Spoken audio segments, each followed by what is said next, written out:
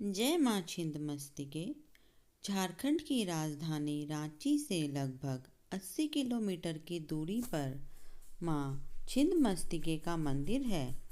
रजरप्पा के भैरवी भेड़ा और दामोदर नदी के संगम पर स्थित माँ छिंदमस्तिके मंदिर आस्था की धरोहर है। असम के कामाख्या मंदिर के बाद दुनिया के दूसरे सबसे बड़े शक्तिपीठ के रूप में विख्यात माँ छिंदमस्तिके का या छिंदमस्तिका मंदिर काफ़ी लोकप्रिय है। देवी छिंदमस्ता के स्वरूप की बात करें तो उन्होंने अपने बाएं हाथ में स्वयं का ही काटा हुआ सिर लिया हुआ है।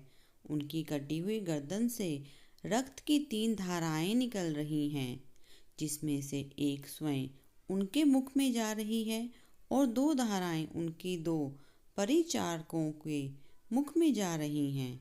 अपने दाहिने हाथ में खड्ग धारण किए हुए हैं। माँ देवी छिंदमस्ता 10 महाविद्याओं में से छठी महाविद्या है।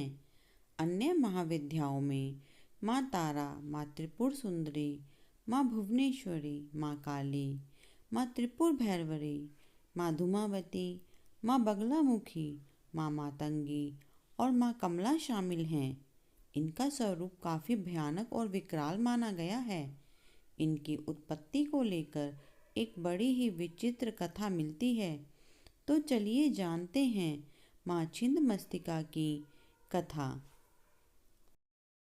पौराणिक कथा के अनुसार एक समय की बात है, माँ भगवती अपनी सहचरियों के संग मंदाकिनी नदी में स्नान ध्यान कर रही थीं। उसी समय माता की सहचरियों को तीव्र गति से भूख लगी। बढ़ती भूख की पीड़ा के चलते माता की दोनों सहचरियों का चेहरा मलिन पड़ गया। इस दौरान माता की सहचरियों ने उनसे भोजन की व्यवस्था करने की याचना की। सहचरियों की याचना को सुनकर माता ने कहा, सखियों, आप थोड़ा धैर्य रखें। स्नान करने के पश्चात आपके भोजन की व्यवस्था की जाएगी। लेकिन तेज भूख लगने के चलते माता की दोनों सहचरियों ने पुनः उनसे तत्काल भोजन प्रबंध की याचना की। इस दौरान माँ भगवती ने तत्काल अपने खड्ग से अपना सिर काट लिया। तत्क्षण माँ भगवती का कटा सिर उनके बाएं हाथ में आ गया। इससे रक्त की 3 धाराएं निकलीं। 2 धाराओं से सहचरियाँ आहार ग्रहण करने लगी।